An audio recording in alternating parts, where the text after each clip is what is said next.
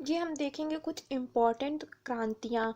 तो फर्स्ट ये हम देखते हैं हरित क्रांति। तो हरित क्रांति के बारे में हम जानते हैं। तो ये किस क्षेत्र में जो है मतलब ये है हरित क्रांति जो किस क्षेत्र के लिए है। तो खाद्य उत्पादन से संबंधित है। हरित क्रांति जो है खाद्य उत्पादन से जो संबंधित है। इसका परिणाम परिणाम जो है क्या हुआ था, तो इसके कारण गेहूं और ये जो धान की पैदावार में अच्छी वृद्धि हुई थी। तो इसके परिणाम से जो है गेहूं और धान की पैदावार में क्या अच्छी वृद्धि हुई थी।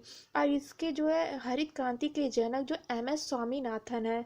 तो हरित क्रांति के जनक कौन है, एम एस स्वामीनाथन है। और ये हरित क्रांति जो आपके एग्जाम के लिए जो है इम्पोर्टेंट है, इसे आप ध्यान दीजिएगा। और ये हम नेक्स्ट देखते हैं। तो नेक्स्ट ये आपका दिया है श्वेत क्रांति। तो श्वेत क्रांति के बारे में हम जानते हैं। तो ये जो है दुग्ध उत्पादन से संबंधित है। तो श्वेत क्रांति जो किससे संबंधित है, दुग्ध उत्पादन से संबंधित है। और इसका तथ्य हम देख लेते हैं। तो इसकी शुरुआत जो है 1964 से जो है 1965 से जो हुई थी। और इसे जो है ऑपरेशन फ्लड कहा गया है। तो इसे आगे जाके क्या कहा गया, ऑपरेशन फ्लड कहा गया है। और श्वेत क्रांति के जनक जो कौन थे, डॉक्टर वर्गीज जो कुरियन थे। तो श्वेत क्रांति के जनक कौन है, डॉक्टर वर्गीज कुरियन है। और ये हम नेक्स्ट देखते हैं। तो ये आपका नेक्स्ट दिया है गुलाबी क्रांति। तो गुलाबी क्रांति के बारे में हम देखते हैं। तो यह प्याज और झींगा मछली के उत्पादन से संबंधित है।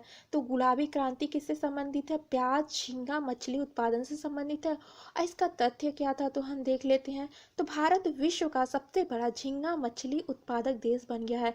तो ये जो भारत जो है विश्व का सबसे बड़ा झींगा मछली उत्पादक देश बन गया है। और इसके जनक हम देख लेते हैं, गुलाबी क्रांति के जनक कौन है, तो दुर्गेश पटेल जो है गुलाबी क्रांति के जनक हैं। और ये हम नेक्स्ट देखते हैं। तो ये आपका नेक्स्ट दिया है नीली क्रांति दिया है। तो ये हम नीली क्रांति के बारे में देखते हैं। तो ये जो है मत्स्य उत्पादन में वृद्धि के लिए चलाई गई थी। तो नीली क्रांति जो है मत्स्य उत्पादन में वृद्धि के लिए चलाई गई थी। और उसका तथ्य हम देख लेते हैं। तो 2013 से 2014 में भारत में जो है 95.8 लाख टन मछली का उत्पादन हुआ था। भारत जो है विश्व का दूसरा सबसे बड़ा मछली उत्पादक देश बन गया है। तो इस बात को भी आप ध्यान दीजिएगा। और नीली क्रांति के जनक कौन है, तो अरुण कृष्णन जो है नीली क्रांति के जनक हैं। और ये हम नेक्स्ट देखते हैं।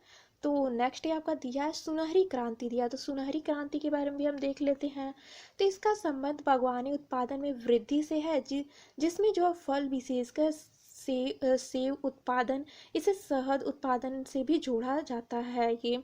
और इसका तथ्य हम देख लेते हैं। तो भारत में जो है ये जो है बागवानी उत्पाद जीडीपी में जो है 31% योगदान देता है। भारत सब्जी और फल उत्पादन में विश्व में जो है दूसरा जो है स्थान रखता है। और इसके हम सुनहरी क्रांति के जनक देख लेते हैं। तो निरपक्ष तूतेज जो है इसके जनक हैं। और ये हम नेक्स्ट देखते हैं। तो नेक्स्ट है आपका दिया सिल्वर क्रांति दिया है। तो सिल्वर क्रांति के बारे में हम देखते हैं।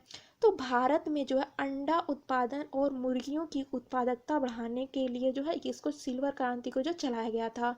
और इसका तथ्य हम देख लेते हैं। तो भारत की जो है मुर्गी एक वर्ष में जो है 65 अंडे देती है।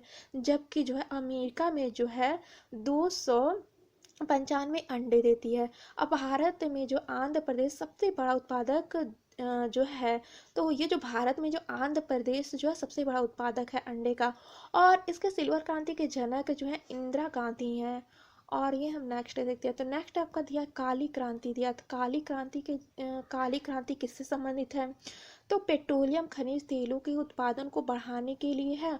और इथेनॉल का उत्पादन भी बढ़ाया जाएगा। इसका संबंध कोयला उत्पादन से भी है। और तथ्य जो है पेट्रोल में इथेनॉल को 10% मिलाकर बायोडीजल बनाने का लक्ष्य है इसका।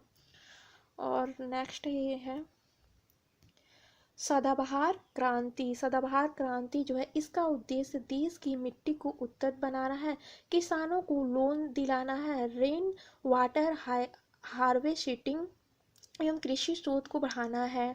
और तथ्य इसका है, इसके माध्यम से देश की पूरी तरह खाद्यार्थ में निर्भर बनाना है। और इसके जनक जो है, सदाबहार क्रांति के जनक जो है सुश्री स्वामीनाथन है इसके जनक। और ये हम नेक्स्ट देखते हैं, तो नेक्स्ट है पीली क्रांति। तो पीली क्रांति जो है खाद्य तेलों और तिलहन फसलों के उत्पादन को बढ़ाने के लिए है। तो खाद्य तेलों और तिलहन फसलों के उत्पादन को बढ़ाने के लिए तथ्य जो है, भारत तिलहन उत्पादन में आत्मनिर्भर बन गया है। तो भारत इसमें क्या आत्मनिर्भर बन गया है। और ये पीली क्रांति के जनक जो है संत पित्रोदा हैं ये। और ये हम नेक्स्ट देखते हैं, तो नेक्स्ट आपका दिया इंद्रधनुष क्रांति दिया है। तो इंद्रधनुष क्रांति जो है, इसमें जो है ये जो हरित, पीली, नीली, लाल, गुलाबी, भूरी, धूसर और अन्य सभी क्रांतियों को साथ लेकर चलने का लक्ष्य है इसका। और तथ्य हम देख लेते हैं, जुलाई 2000 में नई कृषि नीति को लागू किया गया है, इसी को इंद्रधनुष क्रांति कहा गया है। और ये हम नेक्स्ट देखते हैं,